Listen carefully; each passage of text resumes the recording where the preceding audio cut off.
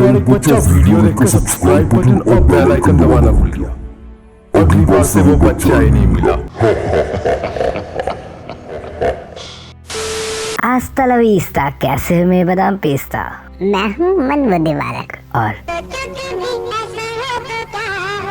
एक और एपिसोड में आपका स्वागत है। टाइटल पढ़ के वीडियो किस बारे में है इसका अंदाजा तो आपको लग ही गया होगा। ये वीडियो फॉर ऑब्वियस रीजन थोड़ी लंबी हो सकती है, इसलिए मैंने इसे 2 पार्ट में ब्रेक किया है। मेरे कई दोस्त और इस छोटे से यूट्यूब चैनल के सब्सक्राइबर पॉलिटिकल इंटरेस्ट नहीं रखते हैं, या फिर यूं कहूं तो कम रखते हैं। सो फर्स्ट पार्ट में मैंने सारे रूट कॉजेस पर ध्यान दिया है कि आखिर ये जंग हो किस वजह से रहे हैं। मिलिट्री कंपैरिजन करके देखेंगे तो कौन से देश के जीतने के चांसेस ज्यादा हैं और क्या ये न्यूक्लियर पावर का इस्तेमाल कर सकते हैं। और सेकंड पार्ट में मैं वॉर के बाद होने वाली चीजों पर ध्यान दूंगा, like how our economy will be affected. किसी देश के हारने या जीतने के बाद की परिस्थितियां कैसी होंगी और भारत और चीन के साथ कौन कौन से देश खड़े होंगे। तो हम सभी जानते हैं फिलहाल हमारे बॉर्डर पर गर्मा गर्मी का माहौल चल रहा है। भारत के 20 जवान शहीद हो चुके हैं और according to India Today senior journalist Rajdeep Sardesai और some other media outlets, China की तरफ 43 कैजुअलिटीज हुई है, लेकिन आधिकारिक तौर पर इस पर कोई जवाब नहीं आया है। 1962 के बाद 58 साल बाद फिर से एक चिंगारी लग चुकी है और चीन अपने विस्तारवाद नीति से अभी तक बाज नहीं आया है। एक देशभक्ति की आग सारे देशवासियों के अंदर जग चुकी है। कुछ लोग टीवी तोड़ रहे हैं, कुछ चाइनीज मोबाइल फेंक रहे हैं। टिकटॉक और यूसी ब्राउजर समेत 59 ऐप्स को बैन कर दिया गया है, जिससे चीन के मुंह पर एक बहुत बड़ा तमाचा लग चुका है। हम सभी जानते हैं भारत दुनिया भर के लिए कितना बड़ा बाजार है और धीरे धीरे इन ऐप्स के बैन होने की वजह से भी चीन की जीडीपी पे खासा असर दिखना शुरू हो चुका है। वैसे मैंने इस चीज से रिलेटेड वीडियो बनाई है कि क्या होगा अगर पूरी दुनिया से टिकटॉक बैन हो जाए, और आप आई बटन के थ्रू उसे देख सकते हैं या फिर मैं लिंक डिस्क्रिप्शन में भी डाल दूंगा। वैसे तो प्रधानमंत्री जी ने हमारे जवानों को जरूरत पड़ने पर एक्शन लेने की खुली छूट दे दी है, पर यह जंग हो किस वजह से रही है। इस होने वाले जंग में सैन्य क्षमता के नजरिए से किस देश के जीतने के चांसेस ज्यादा हैं? क्या ये न्यूक्लियर संपन्न देश न्यूक्लियर पावर का इस्तेमाल कर सकते हैं? और अगर चीन और भारत के बीच में वॉर हो जाए तो क्या होगा? तो वेट दोस्तों, इन पूरी तरह से लॉजिकल सवालों का जवाब देगा ये मन बुद्धिवालक। चलिए थोड़ा पीछे चलते हैं और पहले जंग की वजह को समझते हैं। बात ऐसी है कि बॉर्डर टेंशन ऐसी चीज है जो भारत को परेशान की हुई है। कभी लेफ्ट में लाइन ऑफ कंट्रोल पर सीज फायर का उल्लंघन और राइट में अक्साई चीन में पाकिस्तान के अब्बाजान चीन अलग ही स्वैग में है। तो मैं बता दूं कि भारत और चाइना के बीच जो बॉर्डर है उसे LAC कहते हैं, लाइन ऑफ एक्चुअल कंट्रोल।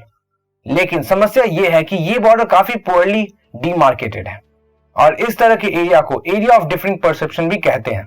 मतलब कि भारत कहता है कि बॉर्डर यहां तक है और चीन कहता है बॉर्डर यहां तक है, and no one knows actually border कहां पर लाई करता है। इसकी वजह से कुछ टेरिटरी ओवरलैप होती है और आपको 3 इडियट वाला पैंगोंग लेक तो पता होगा ही, और ये लेक भी 60% ग्रे एरिया में आता है। और इस लेक के कुछ एजेस हैं जो आप देख सकते हैं, इसे हम फिंगर से डिनोट करते हैं और ऐसे 8 फिंगर्स हैं। फिंगर 8 सबसे राइट साइड चाइना की तरफ है, वहीं फिंगर 1 इंडिया के। फिंगर 4 से 8 वो ग्रे एरिया है जहां किसी भी देश की मिलिट्री पर्सनल की पोस्टिंग नहीं होती और सिर्फ पेट्रोलिंग के लिए दोनों देशों की सेना आती जाती रहती है और 2-4 साल में थोड़े बहुत क्लैशेस और कॉन्फ्लिक्ट देखने को मिल ही जाते हैं। इस वजह से दोनों देशों के बीच के संबंध पहले से ही खट्टे थे, लेकिन इसमें 4 चांद तब लग गया जब हमारी सरकार डरबुकशोक दौलत बेग ओल्डी रोड बनवाने लगे। इसे DSDBO रोड भी कहा जाता है, जो कि LAC के पैरेलल है, जिसके बनाने की एक वजह हमारे जवानों के जरूरती चीजों के सामान को इजीली पहुंचाना भी है। इस रोड के बनने का काम पहले के मुकाबले कई गुना ज्यादा तेजी से हो रहा है और 272 किलोमीटर में से सिर्फ 17 किलोमीटर ही बाकी है, और ये रोड स्ट्रेटेजिकली भी हमारे लिए काफी ज्यादा फायदेमंद होगा। इसके राइट साइड में अक्साई चीन है और लेफ्ट साइड में बाल्टिस्तान, जो कि POK भी कहलाता है। वैसे अभी जो कॉन्फ्लिक्ट चल रही है वो ट्रिगर हुई थी 5 मई को और सबसे पहली रिपोर्ट 12 मई को इकोनॉमिक टाइम्स ने पब्लिश किया था। तब से लेकर कुछ वीक्स पहले तक 4000 से 5000 चाइनीज सैनिक पैंगोंग लेक के फिंगर 4 से फिंगर 8 तक में फिजिकली ऑक्यूपाई कर लिए थे, लेकिन अब चीन ने बैकआउट करना भी शुरू कर दिया है। तो आप इससे वाकिफ हो ही चुके हैं कि ये जंग क्यों हो सकते हैं और क्यों हो रहे हैं। अब थोड़ा सैन्य क्षमता से तुलना करते हैं कि दोनों देशों में आखिर कौन जीतेंगे। क्या हमारा भारत चिलगोजे चीन को खा पाएगा या पट्टे से हेडशॉट लेने में हमें दिक्कत होगी? तो सबसे पहले आते हैं जीडीपी पर। As of making this video China हमसे कहीं आगे है और सिर्फ यूएसए से पीछे 13.4 ट्रिलियन डॉलर पर बैठा है। वहीं हम धीरे धीरे आगे बढ़ रहे हैं और अभी 2.9 ट्रिलियन डॉलर पे हैं। डिफेंस बजट पे भी चीन ने 261 बिलियन डॉलर रखा है और हम 71 बिलियन डॉलर। इंडिया में एक्टिव पर्सनल करीब 14 लाख हैं। वहीं चाइना के पास हमसे 1.5 गुना ज्यादा 21 लाख मिलिट्री ट्रूप्स हैं। रिजर्व में हमारे पास 21 लाख हैं, तो चीन के पास ये सिर्फ 5 लाख ही हैं। अब थोड़ा हथियारों और बाकी जंग में इस्तेमाल होने वाले उपकरणों की तरफ नजर डालें तो देख सकते हैं कि चाइना के पास 4252 टैंक है, जिसमें मुख्यतः टाइप 99 टैंक शामिल हैं। वहीं इंडिया के पास 3500 टैंक है, जिसमें मेनली अर्जुन MBT और T90 भीष्म शामिल है। आर्मर्ड व्हीकल की बात करें तो हमारे पास 8000, तो चीन के पास हमसे 4 गुना ज्यादा 33,000 है। चीन के पास 3800 सेल्फ प्रोपेल्ड आर्टिलरी है, 3600 फील्ड आर्टिलरी है, वहीं 2650 रॉकेट प्रोजेक्टर्स हैं। वहीं भारत के पास सिर्फ 235 सेल्फ प्रोपेल्ड आर्टिलरी है, 4060 फील्ड आर्टिलरी है, वहीं सिर्फ 267 रॉकेट प्रोजेक्टर्स हैं। वायुसेना की बात करें तो इंडिया के पास 538 कॉम्बैट एयरक्राफ्ट है, 172 dedicated attack aircraft, 77 special mission plane, 722 helicopter और सिर्फ 23 हेलोस हैं।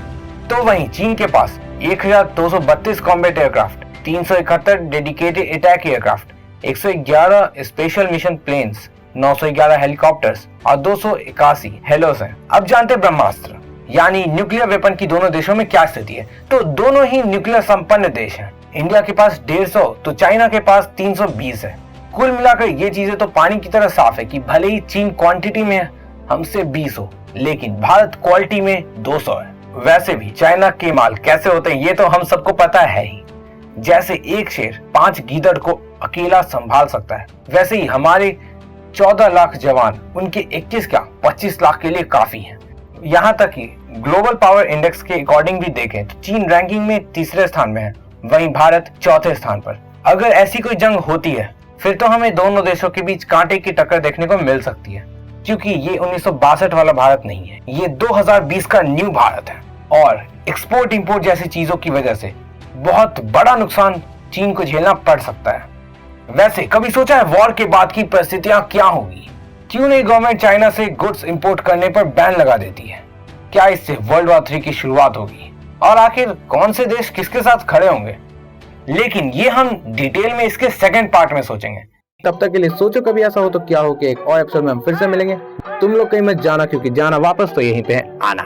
और हाँ, मैं तो चला, सब्सक्राइब कर देना, ठीक है? बाय।